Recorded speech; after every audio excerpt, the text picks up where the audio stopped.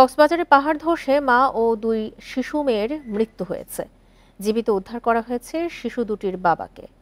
মধ্যরাতে ঝিলংজায় ইউনিয়নে ভারী বৃষ্টি হয় এবং পাহাড় ধসের ঘটনা ঘটে।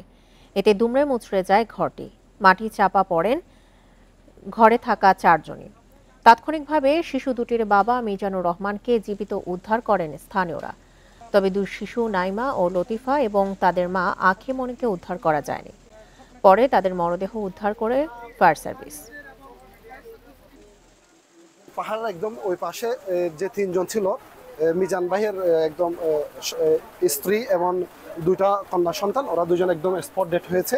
স্থানীয় মানুষের আর প্রতি এলাকার মানুষের ডাকি, প্রতিবেশী মানুষ ডাকি, ইতারা হনরকম টানে টুনি বাইর করি এটা তিনজনের মাঝে। এটা একজন হইলে মিজানের বউ আর দু হইলে ওর মাইও বউ। মিজানের ওয়াইফ এবং ওর দুইটা বাচ্চা নিয়ে ওরা মাটির নিচে চাপা পড়েছিল। মিজান একটু ডান পাশে করেছিল, সেজন্য ওর অর্ধেক শরীর মাটির নিচে ছিল, তাই ওনাকে জীবিত উদ্ধার করা হয়েছে।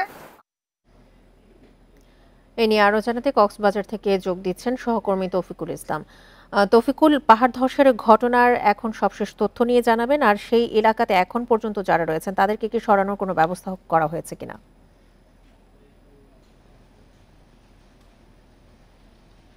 আসলে যে এলাকায় পাহাড় ধসের ঘটনা ঘটেছে সেই পাহাড় অর্থাৎ পাহাড়ের নিচে বেশ কয়েকটি ঘর রয়েছে। তার মধ্যে মিজানুর রহমানের ঘর হচ্ছে অন্যতম। তার বাসার পেছনে পাহাড় থেকে মাটি চাপা পড়ে একই পরিবারের, যেমনটি বলছিলেন, মিজানুর রহমানের স্ত্রী এবং দুই কন্যা সন্তান দুজনই মারা গেছে। তবে আসলে শুধু ওই এলাকা নয়, কক্সবাজারের বেশিরভাগ এলাকা পাহাড়ি এলাকা। যেহেতু কক্সবাজারের শহরে জমির দাম অধিক হওয়ার কারণে অনেকেই পাহাড়ের চূড়া কিংবা পাহাড়ের নিচে সরকারি জমিতে বসবাস করছে। তবে গত 2 দিন ধরে ভারী বৃষ্টিপাতের কারণে জেলা প্রশাসনের পক্ষ থেকে বারবার বলা হচ্ছিল যে পাহাড়ে ঝুঁকিপূর্ণভাবে যারা বসবাস করছেন তারা যাতে নিরাপদে সরে যায়। কিন্তু আসলে প্রশাসনের এমন বার্তা, যখন বৃষ্টিপাত হয় বা ভারী বৃষ্টি হয়, পাহাড় ধসের যে আশঙ্কা থাকে, তখন এই ধরনের কিন্তু প্রশাসনের সজাগ হওয়ার দৃশ্য আমরা দেখি। কিন্তু আসলে কে শুনে কার কথা? অনেকেই পাহাড়ের নিচ থেকে বা পাহাড়ের চূড়া থেকে সরে যেতে চান না। এরকমই একটি মর্মান্তিক ঘটনা ঘটেছে গতকাল মধ্যরাতে। এর আগে আমরা দেখেছি গত 2 মাস আগে কক্সবাজারের যে এলাকায় পাহাড় ধস হয়েছে তার কয়েক কিলোমিটারের মধ্যে আরও একটি পাহাড় ধসের ঘটনায় স্বামী স্ত্রী মারা গেছে। এরকম আমরা ঘটনা ঘটছে প্রতি বছর। কিন্তু বর্ষায় ভারী বৃষ্টিপাত যখন হয় তখন পাহাড় ধসের ঘটনায় কক্সবাজারে এরকম মৃত্যুর সংখ্যা আমরা বাড়ে বলে আমরা দেখেছি।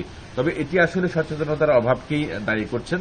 যেহেতু যে নিরাপদ জায়গায় যদি ভারী বৃষ্টিপাত যখন হয়, পাহাড় ধসের যে আশঙ্কা থাকে, তখন তারা নিরাপদ আশ্রয়ে চলে যেতে চান না। শুধু আসলে কক্সবাজার শহরের পরিস্থিতি নয়, আপনি জানেন বিশাল একটা জনগোষ্ঠী, রোহিঙ্গা জনগোষ্ঠী রয়েছে। রোহিঙ্গারাও কিন্তু পাহাড়ের নিচে বসবাস করছে। আমরা বিভিন্ন প্রতি বছর বর্ষার সময় রোহিঙ্গা ক্যাম্পে পাহাড় ধসের ঘটনা এরকম আমরা দেখেছি। তবে আজকের যে বিষয়টি সেটি অনেকটা মর্মান্তিক। যে মিজানুর রহমান, তার স্ত্রী এবং 2 কন্যা সন্তান মারা গেছে এবং সেখানে মিজানুর রহমানও কিন্তু মাঠে চাপা পড়েছিল। তাকে স্থানীয় লোকজন জীবিত উদ্ধার করে এবং পরে দমকল বাহিনীর কর্মী এবং স্থানীয়দের সহযোগিতায় বাকি 3 জনকে মাটির নিচ থেকে উদ্ধার করে এবং তারা মারা গেছেন। আমি উপজেলা নির্বাহী কর্মকর্তার সাথে কথা বলেছি, তিনি আমাকে জানিয়েছেন নিহতের পরিবারের দাফন কাফনের জন্য তারা সরকারিভাবে অর্থ দিবেন বলে তিনি আমাকে জানিয়েছেন। পাহাড় ধসের ঘটনা নিয়ে জানাচ্ছিলেন আমাদের সহকর্মী তৌফিকুল ইসলাম।